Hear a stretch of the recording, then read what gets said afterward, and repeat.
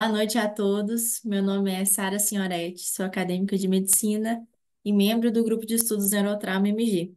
Nosso grupo é uma parceria da Academia Brasileira de Neurocirurgia com a Sociedade Mineira de Neurocirurgia e também com a Sociedade Brasileira de Atendimento Integrado ao Trauma. Gostaria de desejar muitas boas-vindas a todos na nossa reunião semanal. Muitíssimo obrigada pela presença. Se vocês ainda não são inscritos no nosso canal, convidar todos a se inscreverem e também a nos seguir no nosso Instagram, que também é @neurotraumamg. Nós possuímos encontros semanais e todas as informações das nossas reuniões estarão lá na nossa rede social.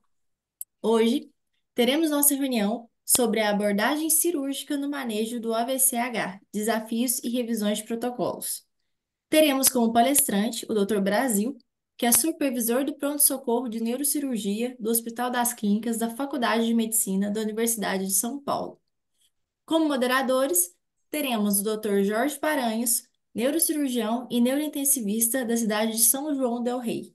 O Dr. Robson Morim, presidente da Academia Brasileira de Neurocirurgia e supervisor do Programa de Residência em Neurocirurgia do Hospital Universitário Getúlio Vargas, e Dr. Felipe Saad, neurocirurgião da Divisão de Neurocirurgia do Hospital das Clínicas da Faculdade de Medicina da Universidade de São Paulo e também especialista de coluna. Tenho certeza que será uma ótima reunião. Excelente proveito a todos. E para iniciarmos, gostaria de convidar a doutora Kélia para realizar a nossa abertura. Muitíssimo obrigada. Obrigada, Sara. Sejam todos muito bem-vindos a mais uma reunião. Um tema relevante que requer sempre uma revisão e uma rediscussão. Agradecer aos nossos participantes de hoje, ao palestrante, doutor Brasil, estava falando aqui minutos atrás que já o consideramos como sócio aqui nosso, e agradecemos sempre a gentileza e sempre prestativo, né, em nos ajudar e nos auxiliar, e é de uma competência ímpar. Agradecemos também a participação do doutor Saad, do doutor Paranhos, que tem sido uma pessoa que nos ajuda de forma sempre constante e é um mentor aqui para todos nós. E, de uma forma especial, agradecer à Academia Brasileira de Neurocirurgia, na pessoa do nosso presidente, Dr. Robson, por todo o apoio constante e por todas as intervenções cirúrgicas que ele tem feito e todas as contribuições que ele tem feito ao nosso grupo. Uma ótima reunião a todos. Doutor Brasil, fique à vontade. Boa noite a todos. Muito obrigado pelo convite novamente. É muito bom estar com todos aqui. O professor Paranhos, a doutora Kélia, doutor Robson, doutor Felipe. Estão todos vendo a apresentação? Posso iniciar? Pode iniciar assim, tá tudo certinho aqui. Então, perfeito. Bom, hoje nós vamos conversar sobre o tratamento cirúrgico do AVC-H, né? Vamos começar com uma introdução, depois falar um pouquinho de apresentação clínica e localização, uma breve apresentação sobre a fisiopatologia, falar sobre o ICH Score, que é um instrumento que é muito utilizado para avaliação dos AVC-Hs, falar sobre o manejo clínico, que eu acho que é interessante, é uma aula neurocirúrgica, mas assim, não tem como a gente querer cuidar de um paciente sem ter os parâmetros mínimos para cuidar dele, da parte clínica, e depois nós vamos focar mais, a maior parte da aula vai ser focada no tratamento cirúrgico. Falando um pouquinho do AVCH, o tema da aula, na verdade, na literatura, é descrito como uma hemorragia intracerebral, que é um hematoma espontâneo, com sangramento, representa 10 a 15% dos eventos vasculares, tem uma incidência que varia ao redor do mundo. Então, ela é mais do que o dobro na Ásia, né, comparado com outros tipos de outras raças. Então, em asiáticos, chega a quase 52 para cada 100 mil pessoas anos, enquanto em brancos, negros, hispânicos, isso daí é decrescente, de 24, 22 e 19. Então, assim, o AVCH ele é muito mais comum em pessoas asiáticas. A mortalidade é bastante alta, cerca de 40% em 30 dias, né?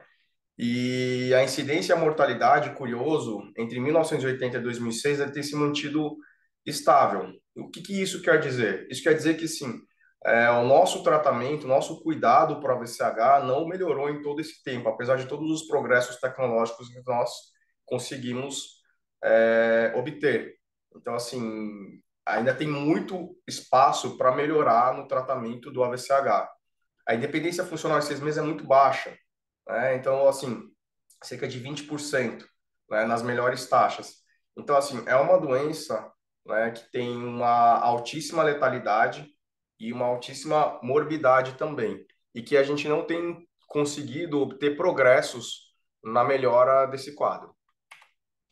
A apresentação clínica, ela é muito parecida com outros distúrbios neurovasculares. Tem um déficit neurológico súbito, uma cefaleia, vômitos, diminuição do nível de consciência e uma elevação pressórica. Comparado com outras doenças vasculares, é uma cefaleia que não é tão intensa quanto a da HSA, mas é maior do que a do AVCI. Tem mais vômitos do que o AVCH, o AVCI e o HSA. E a questão de diminuição de nível de consciência e elevação pressórica é bastante similar. A localização, esse é um ponto bastante importante da aula, né? Então, assim, para a gente, quando a gente fala de AVCH, do hematoma espontâneo que se forma no cérebro, é muito comum ter a sensação de que é uma doença só. E a gente vai ver mais com o desenvolver da aula que, na verdade, nós estamos falando de doenças muito com uma fisiopatologia similar, mas a localização determina a resposta que a gente tem aos tratamentos, né? Então, é muito importante saber a localização do AVCH para a gente poder definir qual que é o melhor tratamento para esse paciente. Cerca de metade dos AVCHs ocorrem na região núcleo-capsular. Depois nós teríamos a talâmica, né? E essas duas combinadas são mais de 60% dos AVCHs, a gente considera os AVCHs profundos. Depois disso, nós teríamos ponte, 10 a 15%, lobares, 10 a 20%, né? E outras localizações, que seriam a fossa posterior e localizações mais incomuns, que seria 1 a 6%. Mas a maior parte dos AVCHs ocorre realmente no capsular e talâmico. Como é que se desenvolve? Qual é a sequência de eventos que acabam culminando no AVCH quando ele chega para a gente? Quais são os tempos? Então, a primeira fase ocorre uma ruptura vascular, que leva até 10 segundos, e o mecanismo são alterações vasculares crônicas. Depois tem a formação do hematoma, isso leva até 60 minutos, e o mecanismo é pressão arterial e distúrbio de coagulação por causa do sangramento inicial, eleva a pressão, tem um distúrbio de coagulação local. Em até 6 horas tem expansão do hematoma, que além da pressão contribui também a lesão vascular e tecidual ao redor do hematoma. E a partir de 24 horas até 72 horas tem a formação do edema. Aí já é uma toxicidade celular e humoral e produtos de degradação do sangue. Para a avaliação inicial, é importante ver o volume, né, e o nível de consciência do paciente, como isso daí tem um impacto, né, para definir qual vai ser o prognóstico desse paciente. Nós temos aqui um estudo de 2005 com 188 pacientes, e aí ele mostrou que para AVCHs com um volume maior do que 60 centímetros cúbicos e na toma inicial e um Glasgow menor ou igual a 8, a mortalidade em 30 dias de 91%. Por outro lado, para VCHs menores, com volume menor do que 30 centímetros cúbicos e um Glasgow maior ou igual a 9, a mortalidade cai para 19%. Então, é muito importante quando você atende inicialmente um paciente com AVCH, esses dados eles têm um valor prognóstico muito importante, o volume do AVCH e o nível de consciência que ele chegou. E aí chega no IC8 Score, que eu acho que é uma das mensagens importantes dessa aula, né? Ter essa ferramenta, né? Principalmente para quem está começando, tem acadêmicos aqui entre a gente. Aí você vai usar o IC8 Score para ter um prognóstico do paciente. E aí, quais são os critérios do IC8 Score? Escala de Coma de Glasgow, idade, muito importante, 80 anos, né? O volume maior do que 30 ou menor do que 30, presença de inundação ventricular, presença de hematoma, se a origem do hematoma é infratentorial, se é fossa posterior. Quanto maior o número, maior a mortalidade, né? Então, assim, para um IC8 score de apenas um ponto de todas essas escalas, nós teríamos uma mortalidade em 30 dias de 7 a 13%. Por outro lado, para 4, por exemplo, 4 poderia ser infratentorial, fossa posterior, com inundação ventricular, que é muito comum, um volume maior do que 30, né? E, assim, pode ser uma idade menor do que 80, mas geralmente esse paciente ele chega em coma, né? Então, assim, não é difícil a gente ver esse tipo de paciente com um ICH score de 4, a mortalidade dele é de 70 a 100% em 30 dias. Então, assim, isso daqui já dá um parâmetro de gravidade para a gente prever o que vai acontecer com esse paciente, que tipo de cuidados nós temos que dispensar a ele. Esse aqui é um estudo de um colega nosso, que do Hospital das Clínicas, o Dr. Patriota, o Gustavo Patriota. Ele fez a tese de mestrado dele, utilizando o ICH score e mostrando em pacientes do nosso serviço que com o ICH score menor ou igual a 2, a sobrevida, né, é muito maior do que um ICH maior do que 2, né, ao longo dos dias. Então, você vê que, assim, até o quinto dia aqui, né, a sobrevida cai para baixo de 40%, cerca de 30%. Né? Então, assim, no quinto dia, a gente já tem uma mortalidade, assim, muito alta aqui, com um ICH score maior do que 2. Então, não precisa nem chegar a 4. Né? Pela nossa casuística aqui, um ICH de 2, né, maior do que 2, 3 para cima já é uma mortalidade muito, muito alta. Então, assim, a gente tem a ferramenta, assim, para trabalhar, mas a gente tem que ver também a nossa realidade de cada serviço. Isso é uma discussão que nós já tivemos antes aqui no grupo, né, do professor Paranhos, que a gente fala muito que tem a literatura, mas a gente tem que adequar a realidade do nosso serviço. Né? Então, assim, a gente vê aqui que realmente no 3, o cut, a mortalidade sobe muito. E como manejar inicialmente esses pacientes?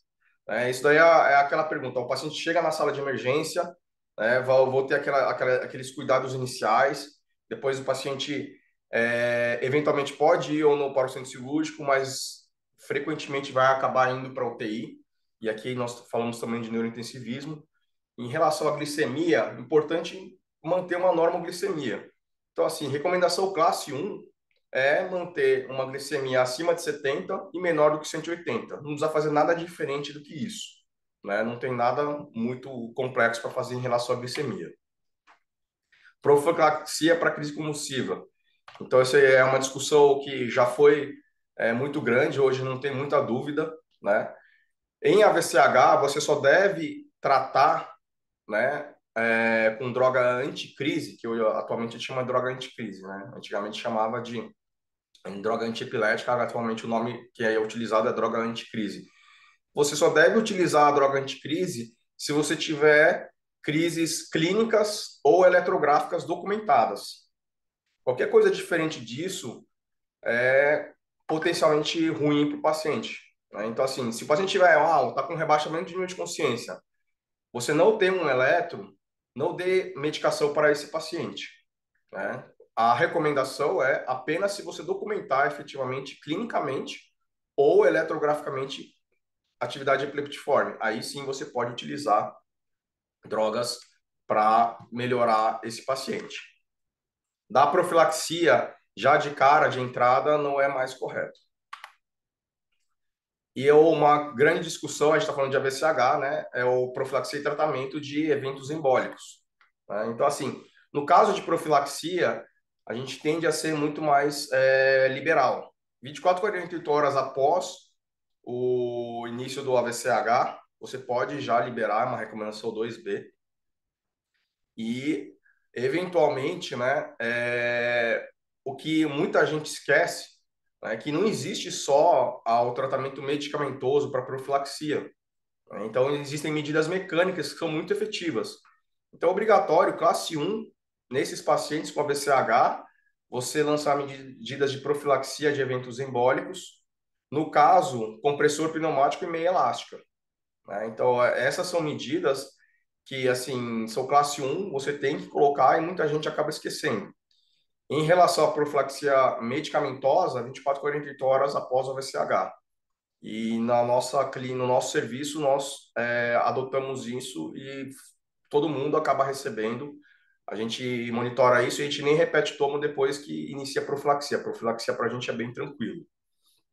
No caso de tratamento, quando o paciente tem indicação de anticoagulação plena, aí a gente tem que ser um pouquinho mais conservador, né? O ideal seria 1, 2 semanas após o AVCH, você fazer anticoagulação plena. E se nesse meio tempo for essencial, né, que já tenha uma trombose venosa profunda, o ideal é você, até chegar nesse período de 1 a 2 semanas, você usar um filtro de cava para esse paciente, né?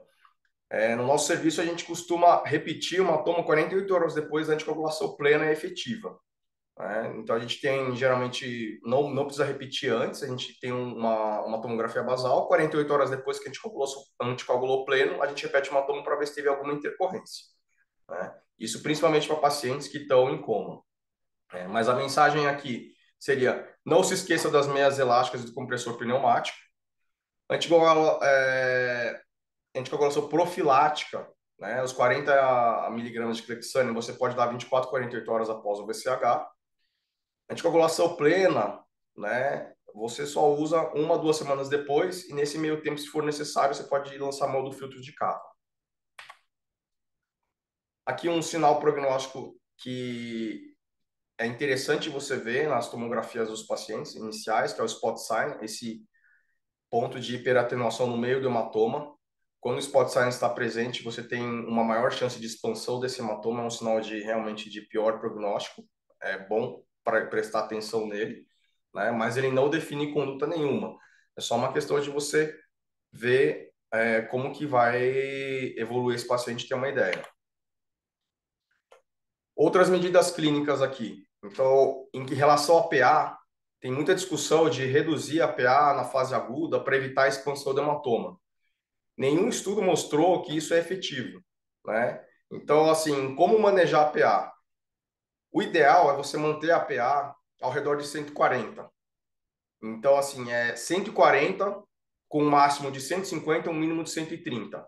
Abaixo de 130 é muito ruim, né? E, assim, isso daí em torno você pode levar em até 2 horas. Não precisa ser muito rápido, não tem que ser aquela coisa assim, de repente por exemplo, você usar droga não titulável para reduzir a PA é uma coisa muito ruim. Piora muito o prognóstico do paciente, porque piora muito a perfusão, né? E você não tem como reverter isso. Então, o ideal é manter em 140 com máximo de 150 a 130 com calma, sem muita pressa. Ácido tranexâmico no AVCH não funciona, né? Já tentaram bastante em relação a isso, não tem benefício de você dar ácido tranexâmico. Fator 7 recombinante também não funciona para AVCH, né? E aí, o que resta, chegar ao nosso ponto principal da aula, é em relação à questão cirúrgica, né? Então, assim, intuitivamente, a cirurgia adrenal hematoma faz todo sentido, né? Tem muitas vantagens que nós, como cirurgiões, enxergamos na drenagem do hematoma, né? Então, assim, corrigir os efeitos agudos da expansão do hematoma e dos hemoderivados no parênquima cerebral, que ainda estaria saudável, porque a gente viu até na fisiopatologia que o edema, a expansão do hematoma, ele tem muito a ver com o efeito local dos hemoderivados ali, né? Reduzir a pressão intracraniana e melhorar a complacência. Isso daí é tudo que, assim, faz todo sentido a gente ir lá e drenar aquele hematoma que está ocupando espaço, está comprimindo, né? Para ter todos esses benefícios. E tem muito substrato para a gente fazer isso, pensar dessa forma. Esse aqui é um estudo experimental, né, que eu fiz junto com o meu sócio, o Dr. Marcelo Prudente, mostrando reação inflamatória do AVCH. É um modelo animal, suíno, e inclusive o Dr. Robson conhece bem, participou de alguns casos, e a gente mostrou aqui reação inflamatória à pele a hematoma. Questão mecânica também foi a minha tese de doutorado, também um modelo suíno, um modelo de simular o AVCH e a PIC, depois que você, teoricamente, simula uma cirurgia, tirar o hematoma.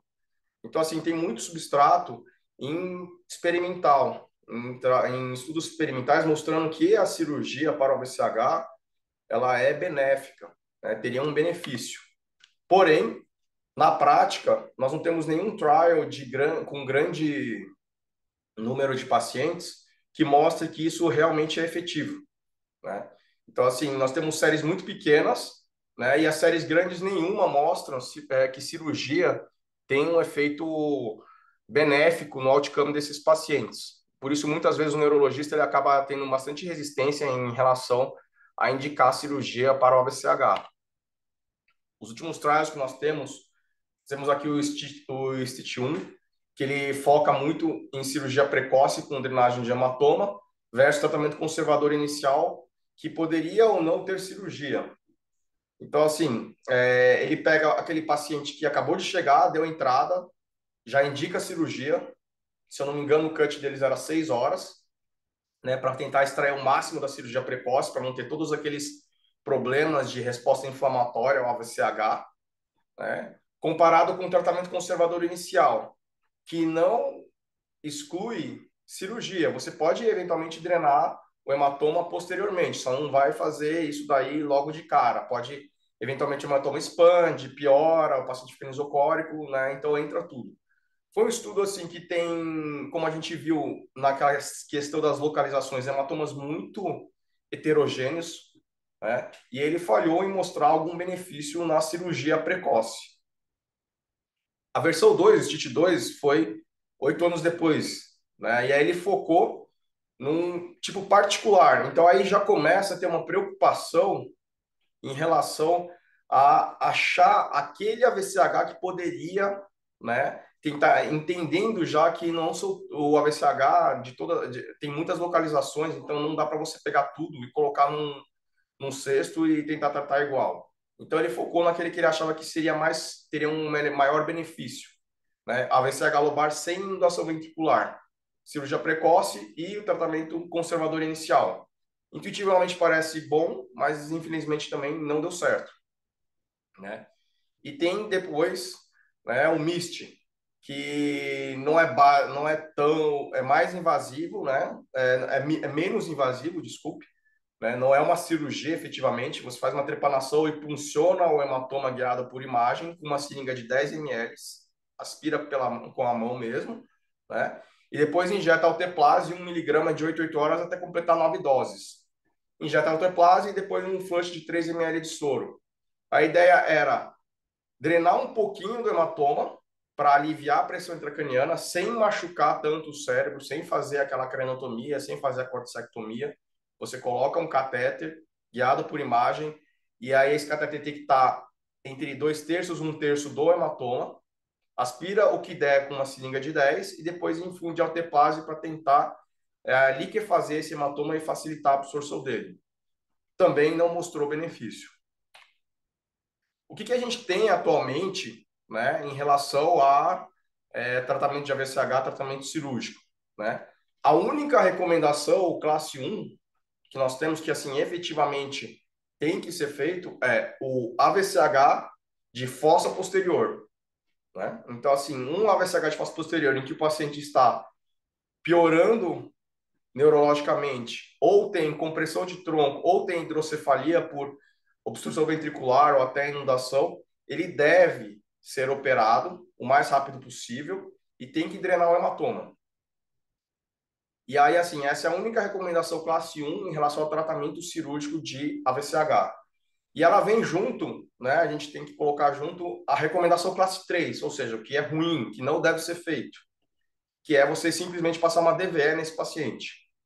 Então, assim, uma VCH de fósforo posterior com hematoma que o paciente está piorando, e ou tem compressão do tronco, e ou tem hidrocefalia por obstrução ventricular, passar uma DVE é totalmente errado. Drenar o hematoma é obrigatório. Tirando essa situação particular do AVCH de fósforo posterior, em relação à supratentorial, nós temos pouca evidência, né? Não é muito claro o benefício da cirurgia no AVCH supratentorial. Isso inclui também a questão do AVCH com inundação ventricular, que é um caso bastante particular. Então, assim, recomendação classe 1, hematoma cerebelar com piora no nível de consciência, compressão do tronco e ou hidrocefalia, né? Ideal, cirurgia imediatamente. Recomendação classe 1. Você pode ou não colocar uma DVE, né, nesse paciente. Não é obrigatório. Isso se o paciente não tiver inundação ventricular. Nós vamos ver pela frente. Se ele tiver só obstrução, você pode ou não colocar uma DVE, porque drenando hematoma, teoricamente, pode colocar. No nosso serviço, no Hospital das Clínicas, a gente sempre coloca DVE em AVCH de fossa posterior, né? Não tem essas situações, a gente prefere colocar por segurança, né? Mas não é obrigatório. O certo é AVCH de fossa posterior, tem que drenar o hematoma. Em relação a DVE, monitor de PIC, manitol, solução hipertônica e corticoides. Vamos começar por aquilo que realmente não funciona. Corticoide, recomendação classe 3, não deve ser dado para VCH. Ele aumenta a morbidade, aumenta a mortalidade, não tem benefício. Solução hipertônica e manitol são recomendações classe 2B, podem ser utilizados como uma ponte para a cirurgia. Então, assim, não está errado. Aquela velha frase assim que a gente aprendia na graduação é droga de elevador, manitol, né? Solução hipertônica também serve para você ganhar tempo, dar uma melhorada no quadro de hipertensão intracraniana. Então, assim, pode ser utilizado, né, até você fazer a cirurgia.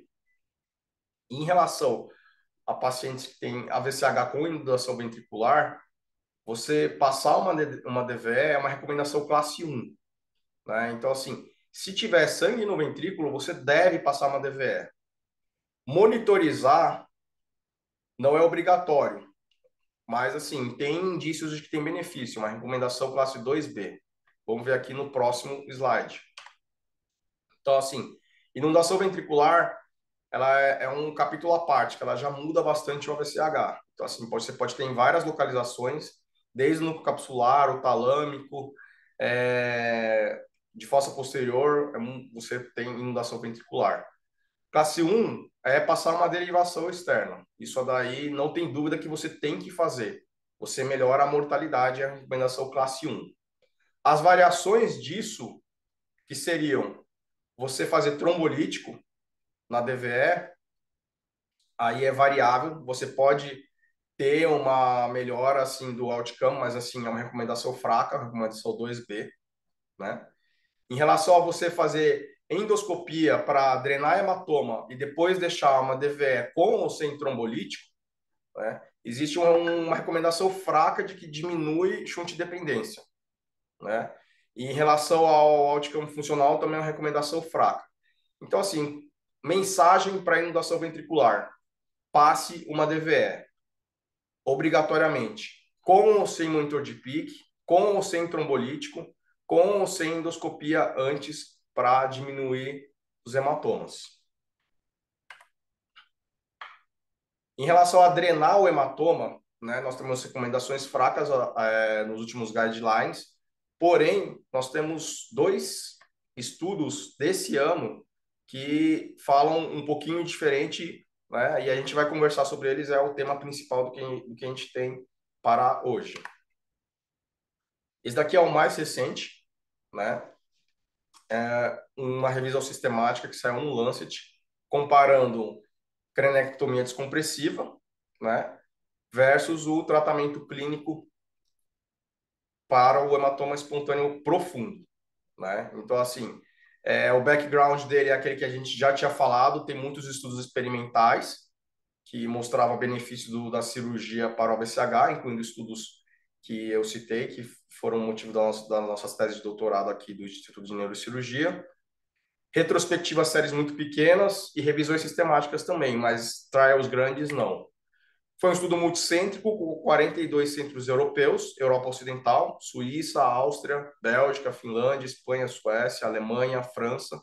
Critérios de inclusão: NIH maior do que 10, um hematoma profundo, gânglios da base ou tálamo, maior do que 30 ml, né? E um Glasgow menor do que 14.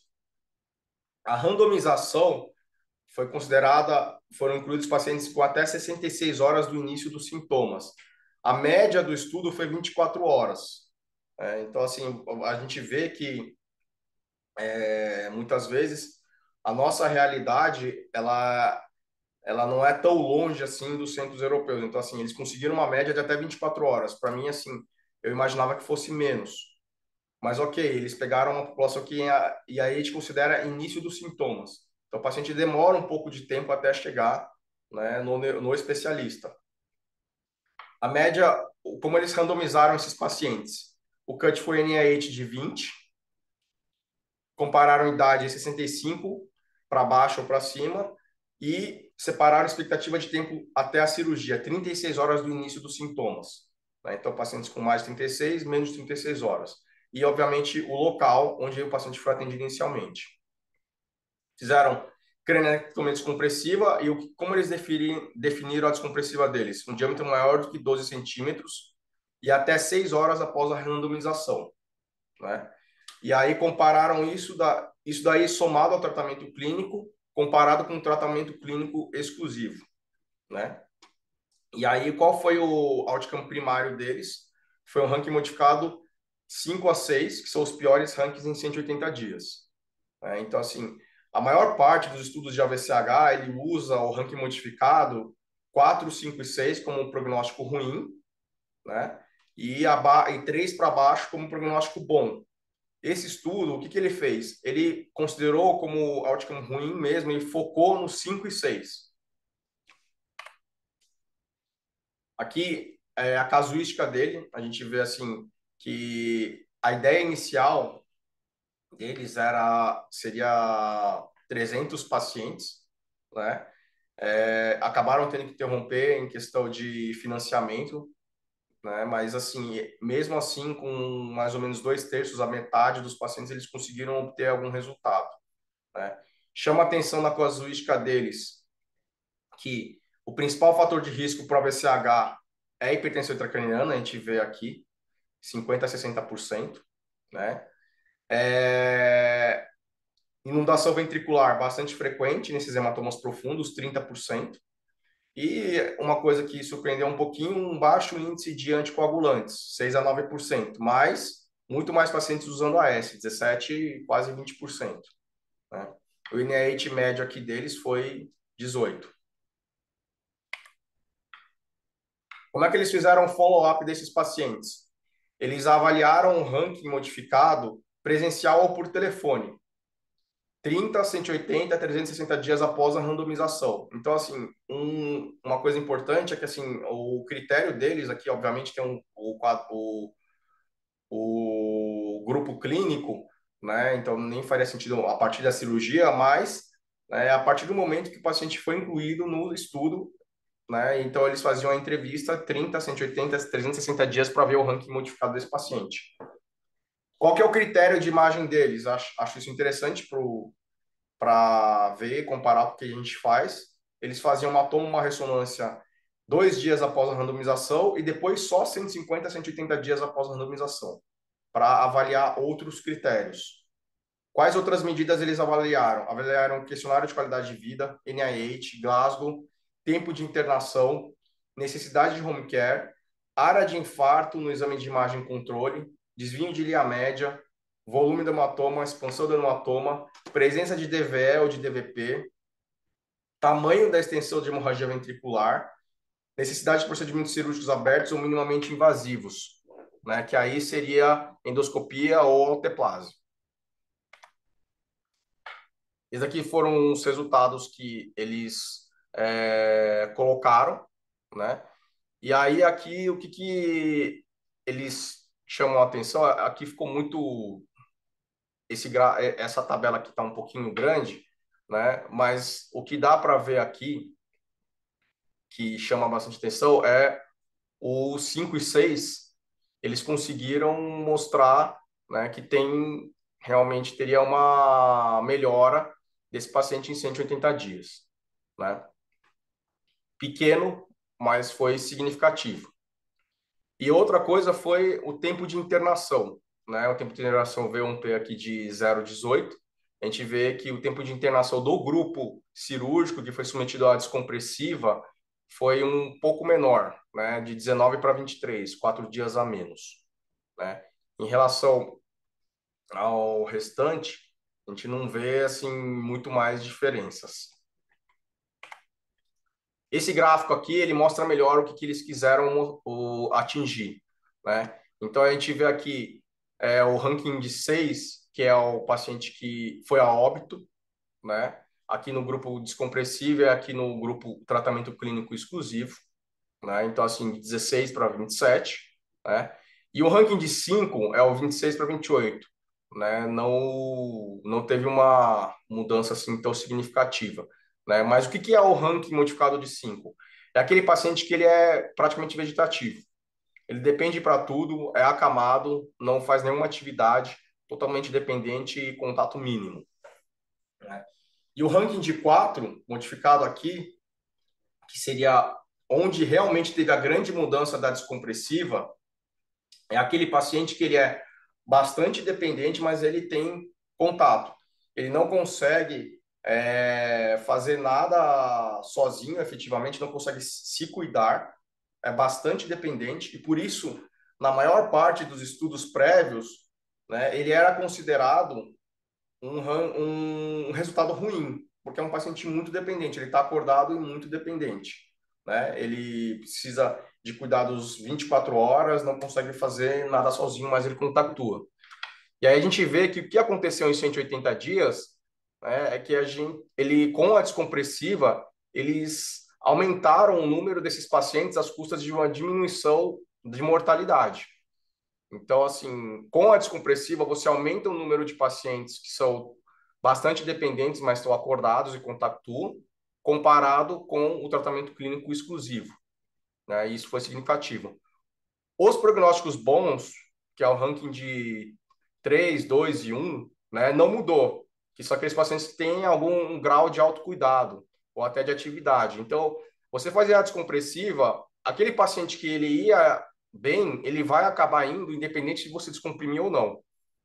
A grande discussão é que será que vale a pena você tirar o paciente dos 5 e 6, que seria o paciente que vai morrer ou vai ficar vegetativo, não vai ter contato nenhum, para uma vida bastante limitada, em que ele vai estar acordado, contactuando, mas assim, totalmente dependente.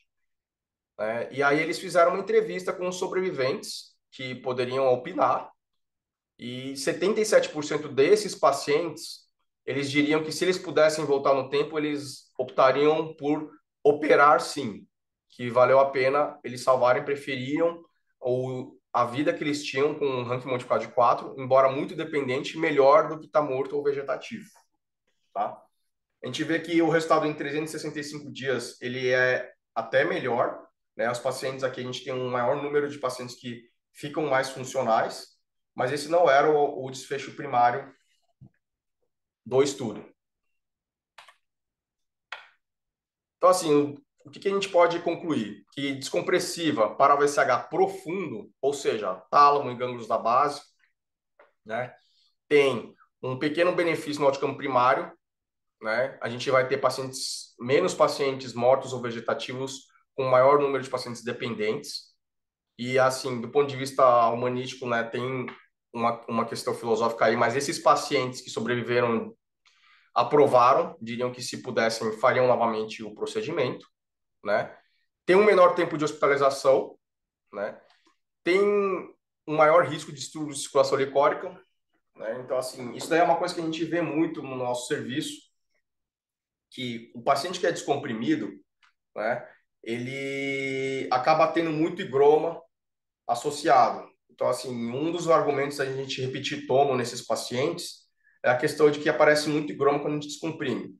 Isso é uma realidade. Até depois, na discussão, eu queria ver a opinião de outros colegas se nos serviços deles tem essa questão de higroma e hidrocefalia, que acaba atrapalhando bastante quando o paciente é descomprimido.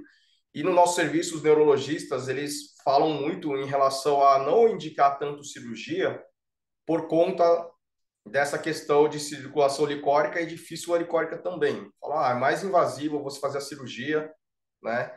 Você fazendo a cirurgia acaba tendo mais complicação, né? Mas assim, nesse estudo mostrou um outcome melhor do ponto de vista do ranking modificado para 4, né?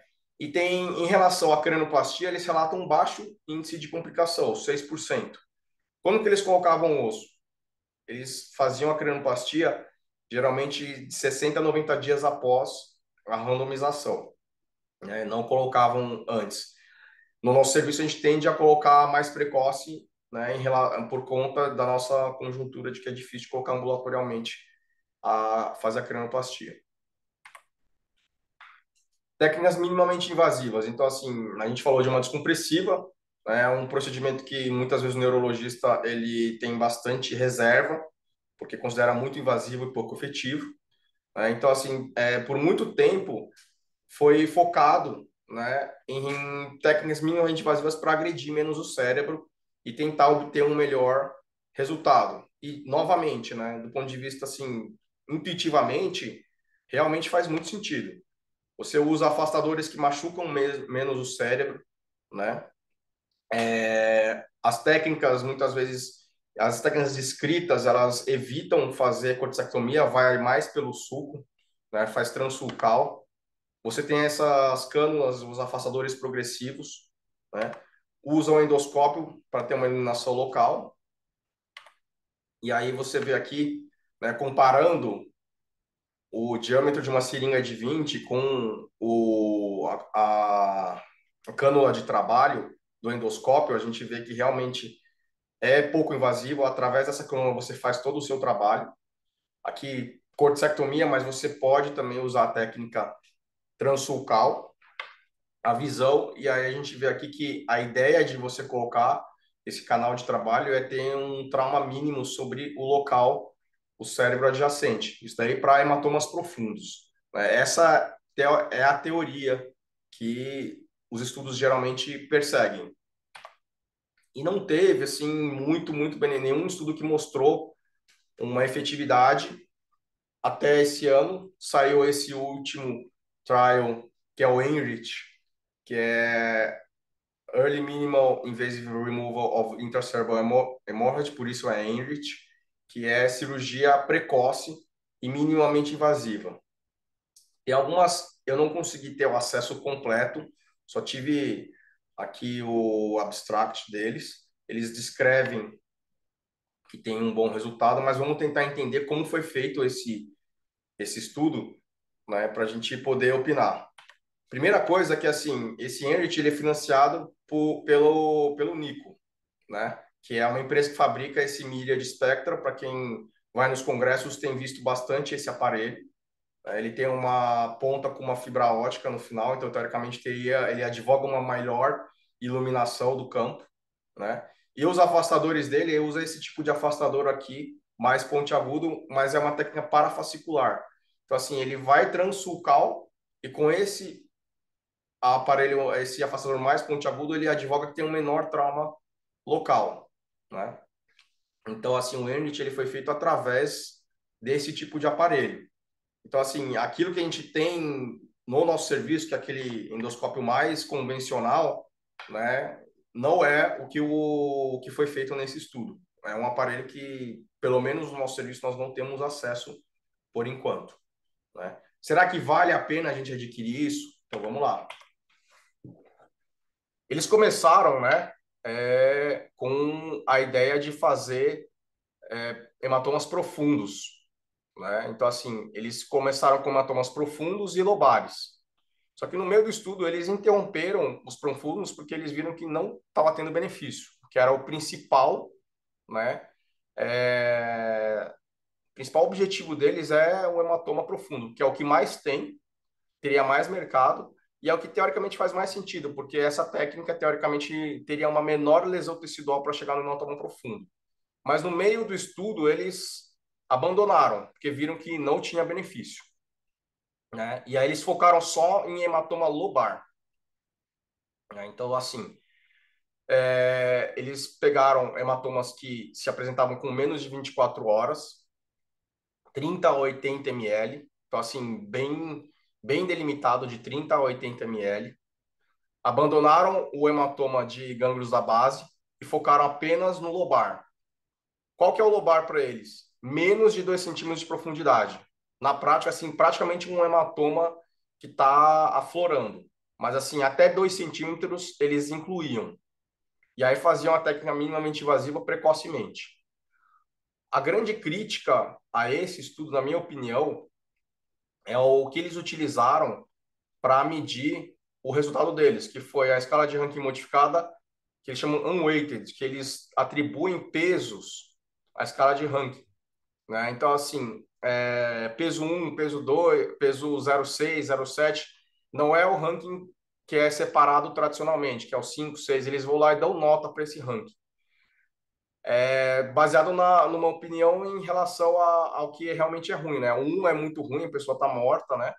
E aí eles vão diminuindo essa nota conforme o julgamento deles do ponto de vista funcional. Essa é uma ferramenta que ela é válida, mas ela é muito criticada.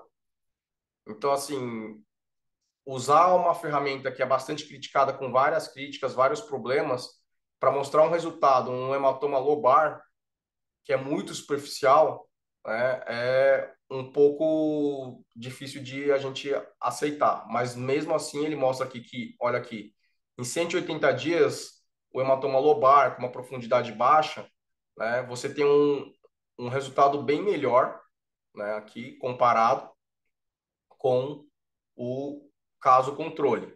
Essa diferença ela na casuística inteira ela cai bastante e no gânglios da base e tálamos profundos, então o controle vai melhor do que o cirúrgico, né? Então eles focaram mais no lobar, né? E mostrando aqui que assim, em relação a eventos adversos é um método bastante na no estudo deles é um hematoma que tem bastante segurança de você usar esse método, né? Menos mortes, 18 para 9 em relação ao controle e cirurgia, e adventos graves, 78 para 63.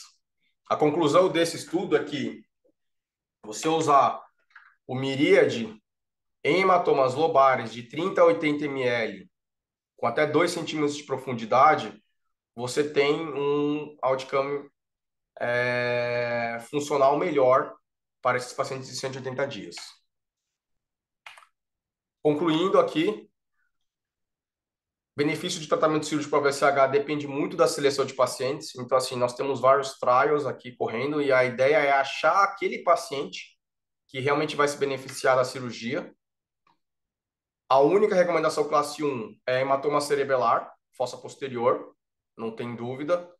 E no caso de supratentorial, descompressiva para hematoma profundo, sem mexer no hematoma, e cirurgia minimamente invasiva, usando o miríade para hematoma lobar, seriam as únicas indicações que a gente teria para hematoma supratentorial. Muito obrigado. Acho que agora a gente pode abrir para discussão. Bom, queria agradecer ao, ao Dr. Brasil pela aula, parabenizar principalmente, não só pela qualidade, né, da aula, da pesquisa que ele fez, Só mas um minutinho, Felipe. também. Brasil, cancela sua tela, por favor, para ficar mais fácil para a gente ver as pessoas. Ótimo. Go ahead, Felipe. Mas também para parabenizar ele pelo trabalho que ele tem feito na supervisão do pronto-socorro do Hospital das Clínicas em São Paulo, que já há algum tempo e tem revolucionado lá não só o atendimento, né, à população, mas também do ponto de vista de ensino e pesquisa. Então a gente vai abrir agora para discussão e quem quiser fazer pergunta, quem quiser também pode levantar a mão ou mandar no chat. Mas eu queria abrir a discussão com uma pergunta. Eu queria ouvir a opinião do primeiro doutor Paranhos e depois do doutor Robson, de dois aspectos. Primeiro, questões bem práticas, né? Porque a gente, esses trials, né? Eles são geralmente feitos em países em que as realidades são bastante diferentes da nossa. E uma coisa é o academicismo, claro que a gente tem, né, a vinculação com os estudantes e tudo mais, mas existe o mundo real também, né? E então eu queria, assim, a gente, claro, né, do ponto de vista acadêmico, a gente se baseia no ICH Score, né, para tomar a decisão de indicação ou contraindicação de tratamento cirúrgico. Mas a primeira pergunta era se vocês usam principalmente essa relação entre a idade do paciente, né, os superidosos, para indicar ou contraindicar a cirurgia, e o estado neurológico pré-operatório, né, que nem no ICH aí ele considera o Glasgow 8, que eu acho que é uma condição que traduz muita coisa, né? Traduz o tempo de evolução da história, o volume de hematoma. Então, assim, eu acho que esses são dois critérios, idade e o estado neurológico pré-operatório, como que vocês usam essas informações para indicar ou contraindicar a cirurgia. E a segunda questão, a gente também, né, a gente vê aí os trabalhos, não tem evidência ou tem uma evidência fraca e tal, mas no nosso dia a dia a gente acaba muitas vezes fazendo aquilo que parece que nos é mais óbvio, né? Eu não sei, eu vou dizer o que é mais óbvio, seria mais óbvio para mim recentemente, seria esvaziar o hematoma, sendo o menos agressivo possível. Não necessariamente através desses pórticos, mas às vezes por uma corticectomia, obviamente, menor, ou até o uso de endoscópio. E aí eu queria entender se vocês têm essa mesma percepção, e se vocês aplicam isso, né, de tentar fazer cirurgias por punção, né, via endoscópica, ou o acesso por via de pórtico.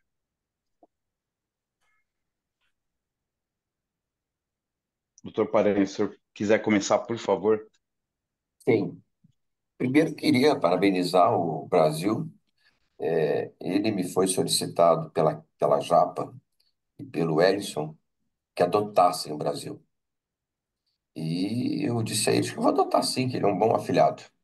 Ele só precisa perder essa mania de o Ellison de dar aula de paletó e gravata. O Ellison só dava aula assim, ficava todo enrustido, todo cheio de problema. Experimenta um dia botar uma pole e dar uma aula. A aula dele foi belíssima. A sua já tá bela de paletó e gravata. Então, provavelmente com a mesma roupinha que eu e o Felipe tá. Essas camisetas, essas camisas assim de gola, sem manga, que é coisa de gente velha, igual eu e o Felipe, você pode colocar que vai ficar muito bem com ela. Segundo, como sempre, eu e a Kelly ficamos fascinados pela outra aula que ele deu de derivação ventricular externa. Ele é obsessivo na pesquisa, nas informações, ele é clássico, ele faz uma síntese, ele não é falante, ele não é parede, que fica falando à toa muita coisa, entendeu? Ele realmente tem uma síntese muito boa. Mas eu queria comentar com vocês algumas coisas assim, muito rápidas. Primeiro, é que tanto antes da convulsão, você já teve a oportunidade de ler esse protocolo da American Heart, do AVC hemorrágico. Ele é muito contraditório, ele é muito polêmico, ele contradiz coisas que já estavam muito bem definidas, né? Quer dizer, o uso do anticonvulsivante, que está definido desde 2016, né, no epilepsia, o uso do anticoagulação, que está definido pela Neurocare Society desde 2018. Eles criaram um problema onde já estava resolvido, né? Na verdade, eles confirmaram mais ou menos o que já estava resolvido, mas criou dúvida do que já estava resolvido. O que é importante aqui, duas coisas são importantes que eu acho que o Brasil Gente falou e que o Felipe perguntou agora. É a abordagem. Quando é que você acha que a abordagem vai trazer benefício ou não?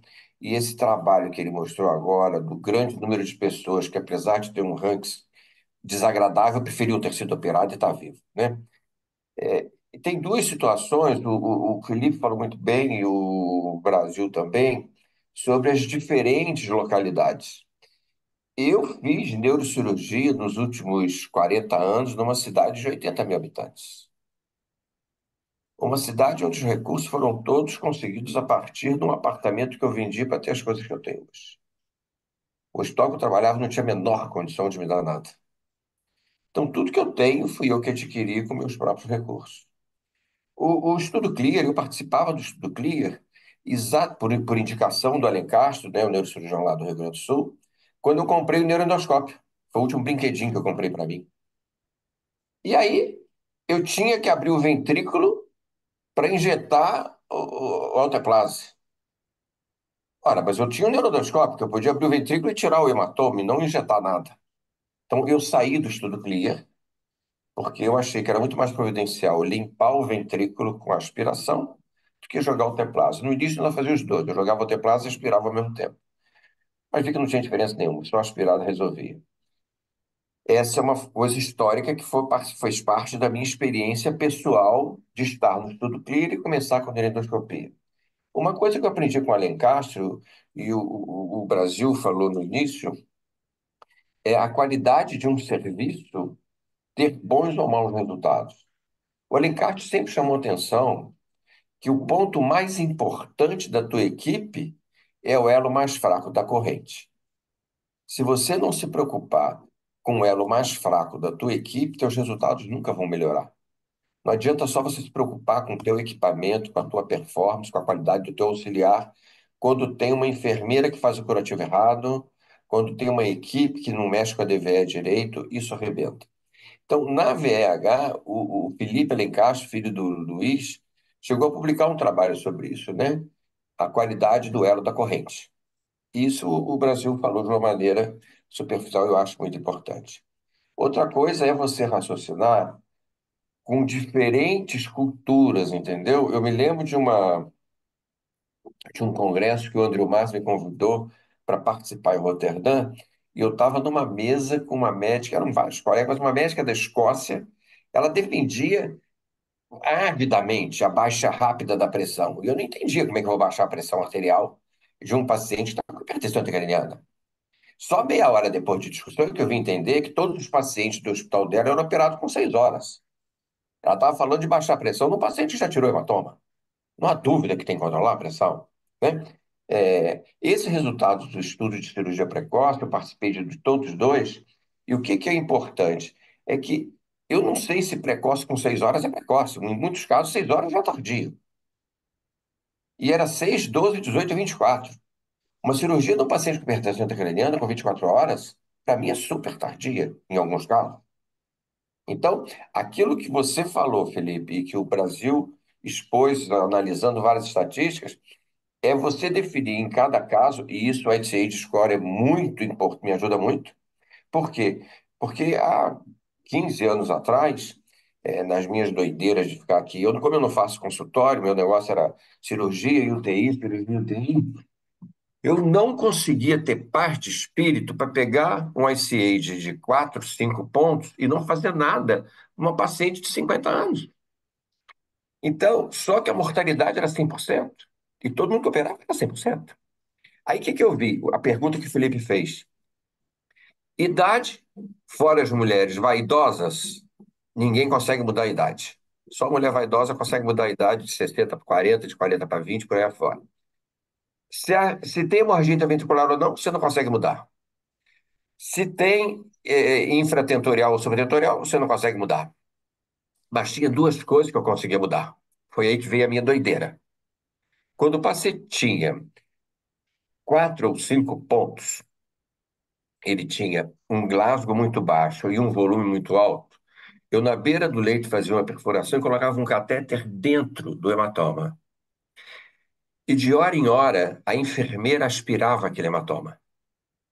E aí tirava 2 cc, 3 cc. No final de 6, 8, 10 e 12 horas, dependendo do volume que ela conseguisse aspirar, eu reduzia o volume do hematoma e o Glasgow melhorava. Desses pacientes cujo Glasgow melhorava nessa cirurgia, que brincadeira a gente chamava de cirurgia homeopática do AVC hemorrágico, pelo fato de ser uma coisinha de hora em hora, esses pacientes iam para a sala de cirurgia e aí a mortalidade não era mais 100%, era 50%, e a morbidade já variava de ranking de 1 a 5. Tinha doentes com excelente recuperação, tinha doentes com recuperação muito desagradável. Então, eu sempre fui a favor de uma análise criteriosa, mas eu sempre fui a favor de abordar todo mundo que tivesse uma melhora do Glasgow, seja com tratamento clínico, seja com tratamento homeopático. Segundo, isso que o GEM falou, que o Brasil falou. Todo mundo com hemorragia ventricular DVE. O problema é que a medicina tem que ser, no mínimo, beneficente. Então, se você tem uma equipe que não sabe cuidar de DVE e com certeza aquilo vai ter uma infecção, não faça. Mas se você tem uma equipe que controla isso com facilidade, você já treinou a tua equipe de enfermagem, só eles mexem em DVE, em PIC, em catéter intracraniano. A minha recomendação de 40 anos fazendo isso, 40 anos aqui na cidade, né, que eu tenho 50 anos que eu faço isso, é operar, botar um DVE em todo paciente com hemorragia ventricular. Fossa posterior é muito difícil avaliação quando a hemorragia é no tronco. Mas, por exemplo, há 20 dias atrás, eu operei um rapazinho onde havia uma discussão se o AVC dele estava no tronco ou se estava no pedúnculo mesencefálico e o sangramento descia. Eu só fiquei com medo de dar de cara com cavernoma. Mas aí, quando a gente fez a arteriografia, que é uma coisa que eu recomendo que sempre que puder fazer, antes de operar o hematoma, fazer a angiorressonância pelo menos, para ver se você não vai abordar uma malformação vascular. E isso não é difícil fazer no meu hospital. Aqui na Santa Casa de São João a gente tinha muita facilidade, preparava o dente todo para cirurgia, melhorava a qualidade, descia, fazia angiorressonância e direto passava de cirurgia. Porque é muito desagradável você dar de cara com uma formação arteriovenosa quando você está lá estrupitando um hematoma intraparenquimatoso. Então, eu acho que isso responde em parte o que o Felipe falou das perguntas da idade e da abordagem cirúrgica. Eu sempre fui muito invasivo, eu sempre fui muito crítico nisso, até porque, como eu tinha uma UTI neurológica, que era eu que cuidava, era eu que indicava a cirurgia, era eu que fazia o pós-op, era uma equipe treinada por mim durante 10 anos, eu tinha liberdade de ser um pouco mais agressivo. E quanto à monitoração, eu sigo criteriosamente, e por isso eu sempre digo, todos têm que ser monitorados com Glasgow abaixo de 9, porque é clássico. Paciente com hipertensão intracraniana, com Glasgow abaixo de 9, com tomografia anormal, a PIC está indicada.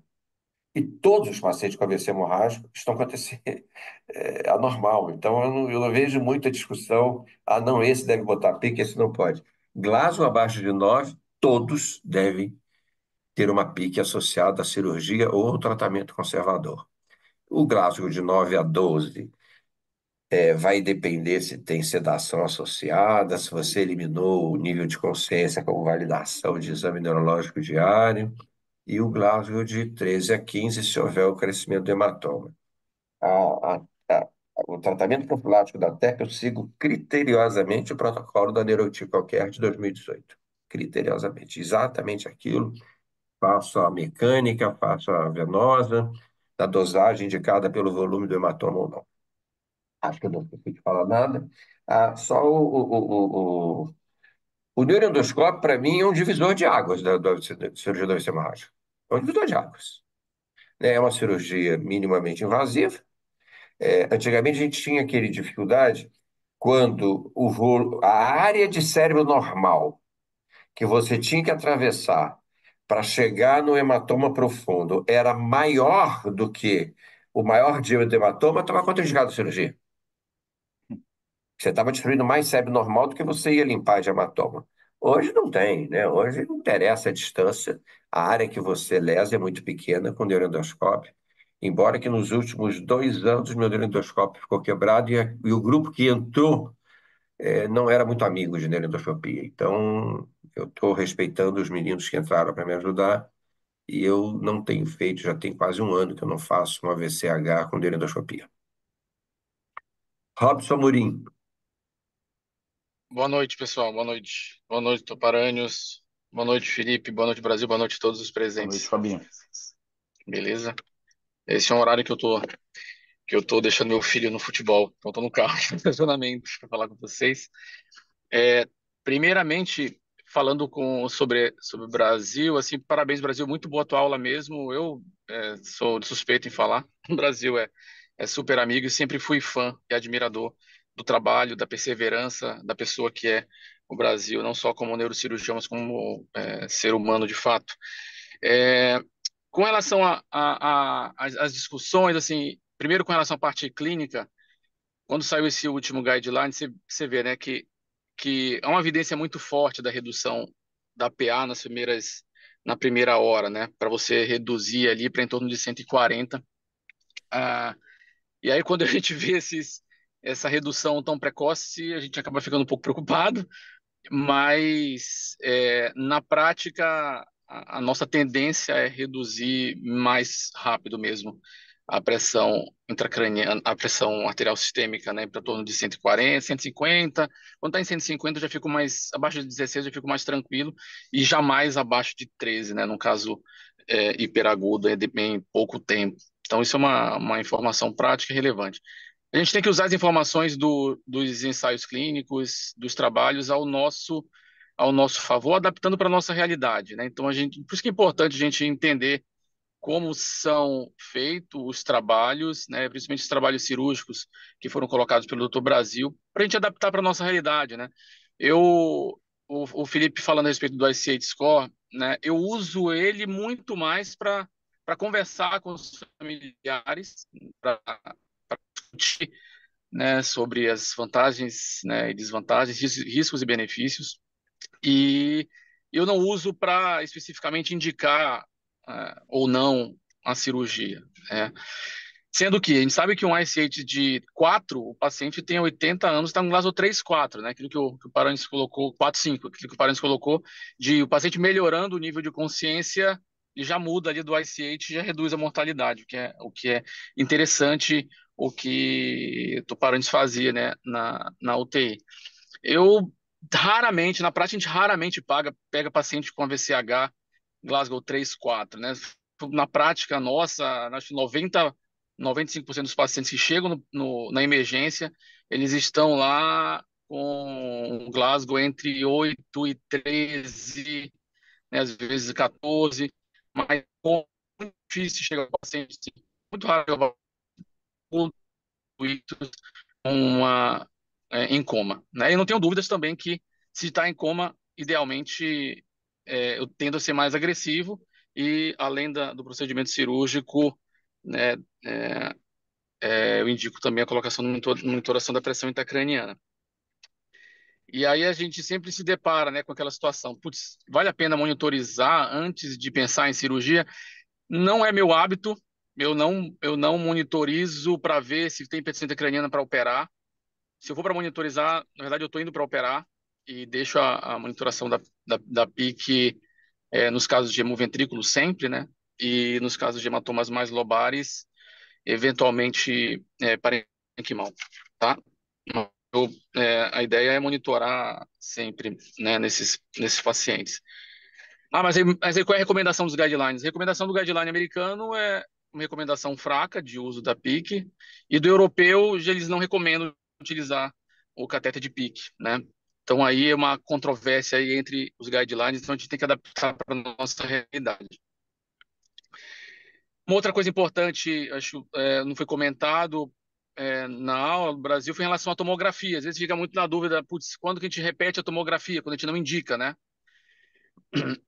Eu recomendo fazer a tomografia, principalmente quando o paciente chega muito cedo, né, e está bem. Eu recomendo fazer em até 6 horas, porque é quando o hematoma ele tende a crescer, principalmente quando na tomografia a gente mostra aquelas áreas de hiperdensidade salpicada com área de hipodensidade. Geralmente é um indicativo de expansão do hematoma. Então, nesses casos, ainda mais se usa, né, anticoagulante, enfim, tomografia precoce. Mas independente do Glasgow e nível de consciência e tem que se repetir nas primeiras 24 horas, eu acho que é importantíssimo, quando você não indica o procedimento cirúrgico, repetir a tomografia dentro das 24 horas, mas eu faço geralmente dentro das 6. E com relação aos trabalhos, né, discutidos, eu nunca faço craniotomia descompressiva para AVCH. Realmente, esse trial, né, que foi publicado agora recentemente no Lancet, você vê que ele tem uma série também de problemas, né? Ele teve o poder dele era para um número de pacientes e acabou reduzido por conta da falta de financiamento. Eles utilizaram também um outcome, um desfecho bem é, não complicado, mas o desfecho deles, eles consideraram esses pacientes que evoluiu com estado vegetativo ou morte, né, como desfecho desfavorável. De novo, a gente tem que usar isso a nosso favor, pegar essas informações. Putz, a gente tem os estudos que foram feitos, os anteriormente, com relação a retirar o hematoma de forma rápida em relação ao tratamento convencional, foram considerados negativos, mas o desfecho eram outros, né? Se considerava 5, 6 como desfecho desfavorável. Então, então a gente tem que também ter essa visão de que não necessariamente não era negativo, né? Assim, isso foi considerado por conta do desfecho que foi escolhido, né, como desfecho primário nos estudos anteriores. E em relação ao último estudo, em relação ao Enrich, que é esse estudo que coloca aí a possibilidade de melhora de fato nos pacientes operados precocemente com técnicas minimamente invasivas, eu acho que o importante é o conceito, né? Então, você operando rapidamente um paciente com AVC lobar, com técnicas o menos agressivas possível, faz sentido você operar esse paciente, ele vai ter um benefício em termos de desfecho. E a gente tem que adaptar para a nossa realidade. Eu não vejo hoje operar assim, operar um paciente com AVCH sem microscópio, sabe? No mínimo com microscópio. Eu sou muito fã do endoscópio também, então se tem hemorragia ventricular, eu entro com endoscópio também, uso microscópio, endoscópio, mas a ideia de usar o microscópio é fazer uma incisão pequena, reta, com uma craniotomia no molar e entrar fazer uma corticectomia pequena e entrar com Ixi,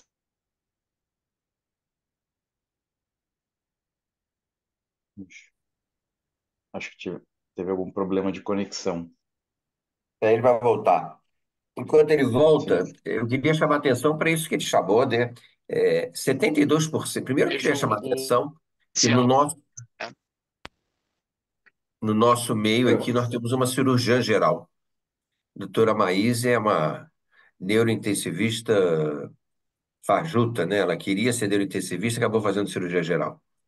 Ô, Robson, eu comecei a falar enquanto você saiu do ar, você ficou fora aqui. Cadê? Saiu agora e saiu total. Não, voltou. Robson, Voltei a ouvir. Opa, voltei. Voltou, pode voltou. voltar. Então continua. Depois eu continuo. Vamos lá. Depois eu continuo falando da Maíse. Pode falar. Beleza, beleza. Não, e aí, enfim, a gente tem que, não é só para finalizar, adequar para a nossa realidade e para os nossos pacientes, porque assim, a gente sabe que os pacientes operados na Europa, né, são diferentes dos nossos, a nossa reabilitação é difícil. Imagina fazer descompressiva no paciente com hematoma profundo, cara, não sei. Eu não vou usar, eu não vou colocar, esse estudo não me convence a utilizá-lo na minha prática clínica. Tá? Eu queria saber a opinião de vocês e Tá. obrigado aí pela oportunidade. Primeiro, terminar de falar sobre a atenção que todos devem prestar atenção na doutora Maíse, que além de linda, é uma cirurgiã geral enfiada no meio de um ninho de neurointensivistas. Está me convidando para fazer uma revisão de um trabalho dela de monitoração multimodal num paciente com síndrome de moia-moia. Imagina, Robson, a gente pega uma dessa para trabalhar com a gente. Quanto à tomografia, o Robson lembrou muito bem. 72% dos hematomas que crescem nas primeiras 6 horas. Tendo o pontilhado, como ele falou, tendo o ponto de contraste, como ele falou, nada disso é tão importante como a estatística de 72% nas primeiras 6 horas.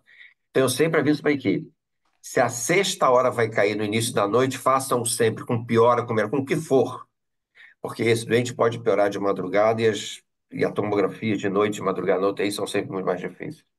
A granulometria descompressiva, eu sou de acordo com o Robson. A granulometria descompressiva é para uma patologia onde predomina doença parenquimal e não o processo expansivo.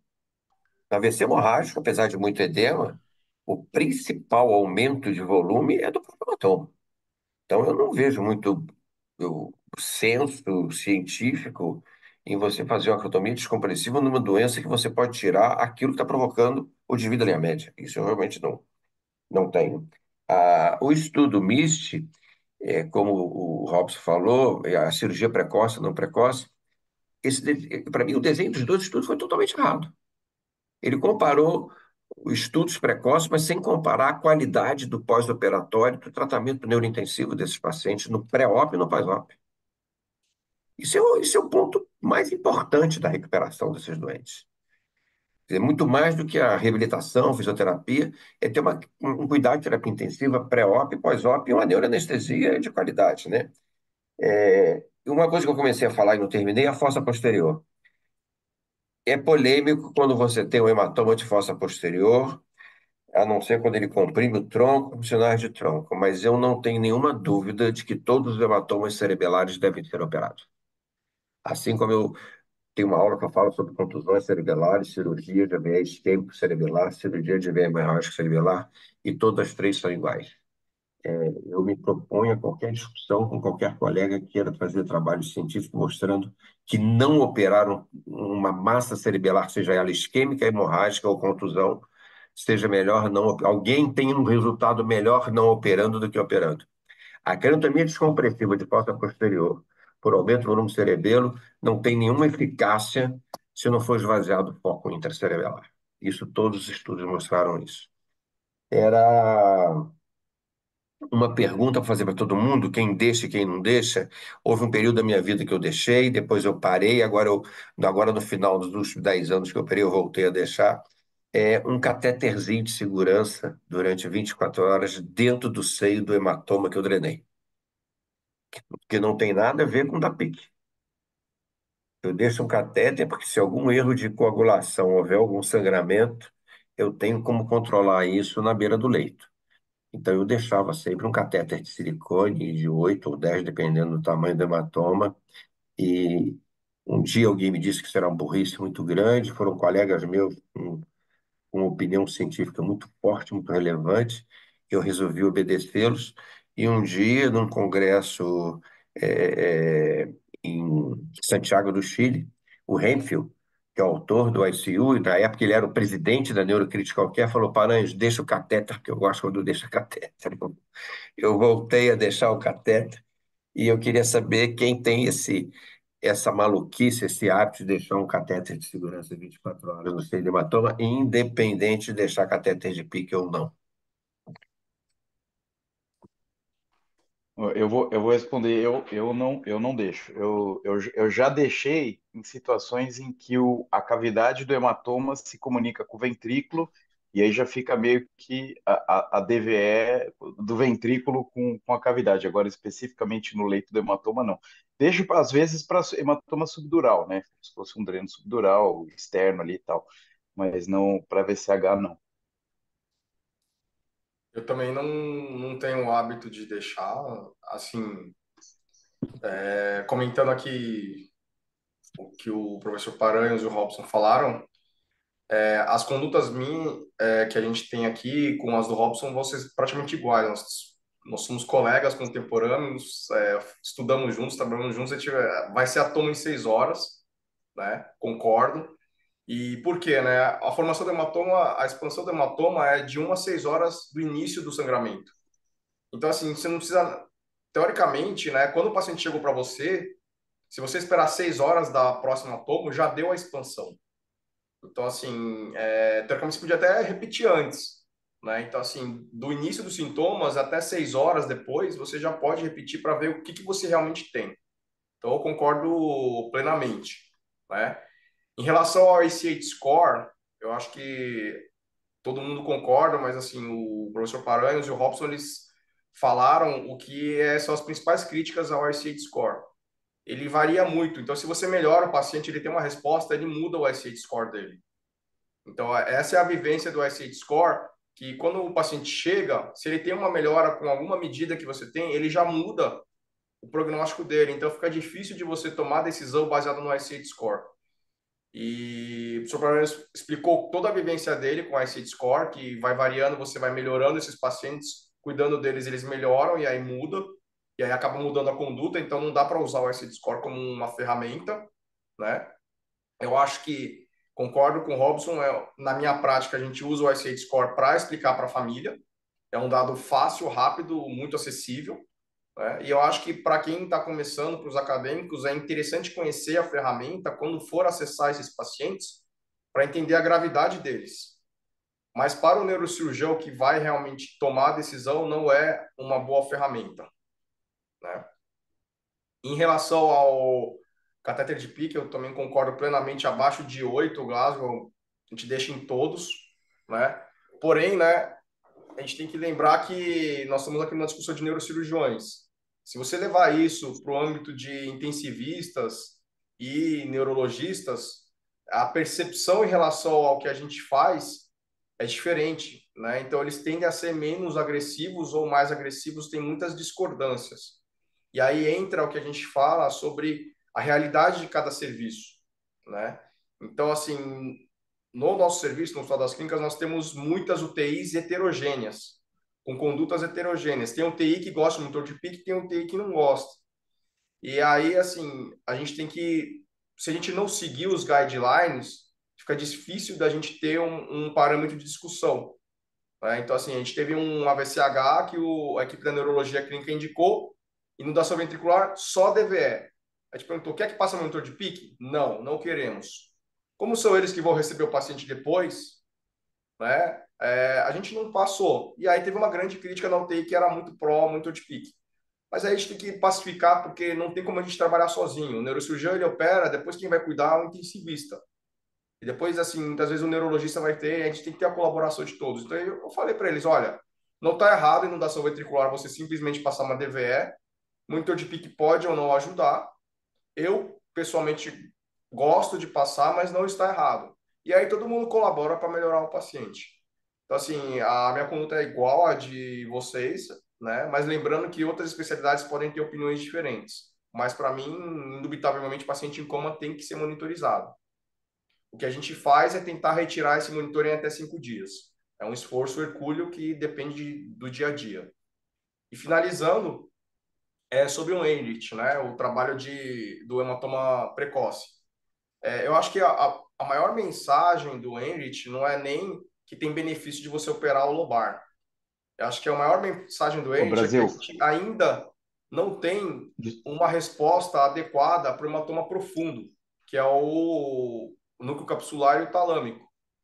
Que acho que a principal resposta é assim, operar esses hematomas a gente ainda não tem, né, não selecionou, não encontrou a melhor solução para esses pacientes.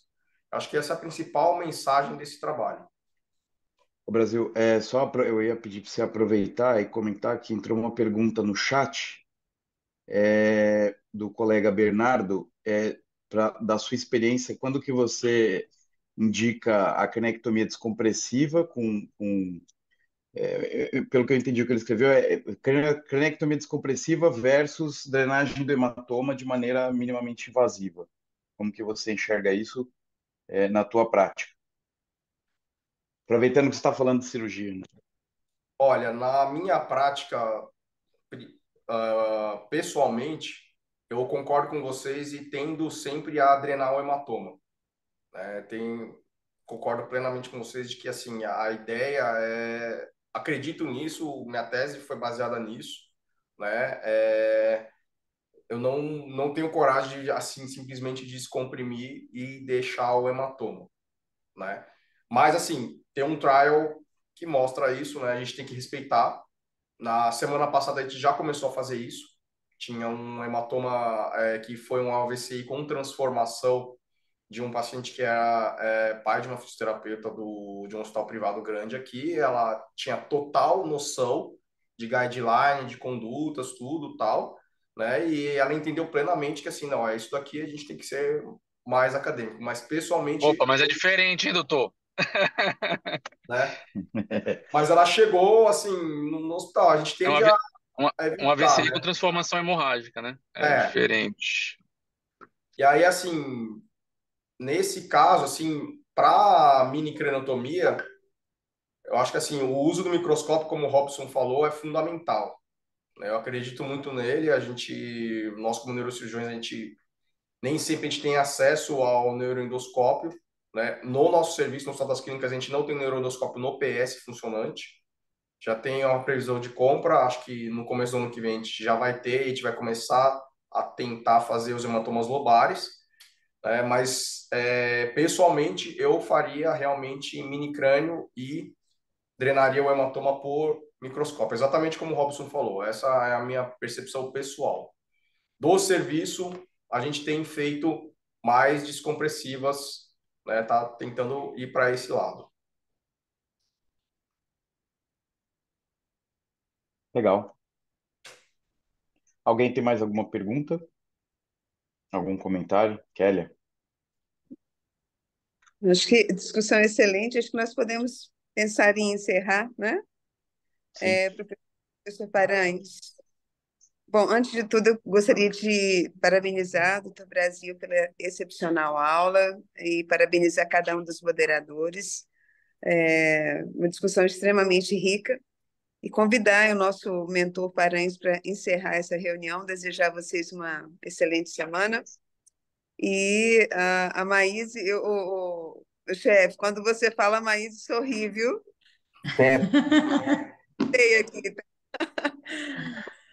o Ricardo Piva apareceu, ligou a tela, porque você quer mostrar que você está mais feio do que nunca. Você, cada dia que passa, está mais feio, meu filho. Você é um dos filhos mais feios que eu tenho. Eu trabalho muito para isso, aprendi com É, ele. exatamente, eu imagino, eu imagino. Só Brasil, pra te olha, ver mesmo. você realmente Excelente enriqueceu, aula, hein? Hum? você realmente enriqueceu nosso grupo. Você é um garoto de muito valor. Eu vou fazer um trabalho pessoal com você. Eu já consegui tirar a gravata do Paiva.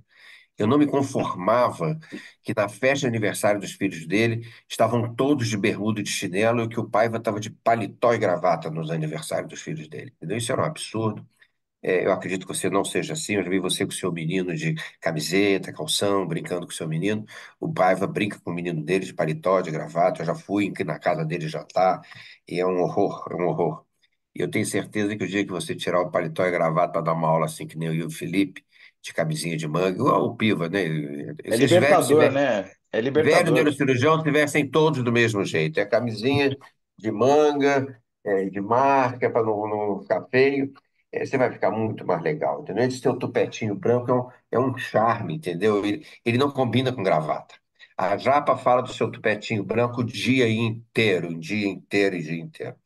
Eu acho que ela pediu para eu te adotar, porque ela não conseguia adotar, que ela adotou agora 48 meninos lá no João 23.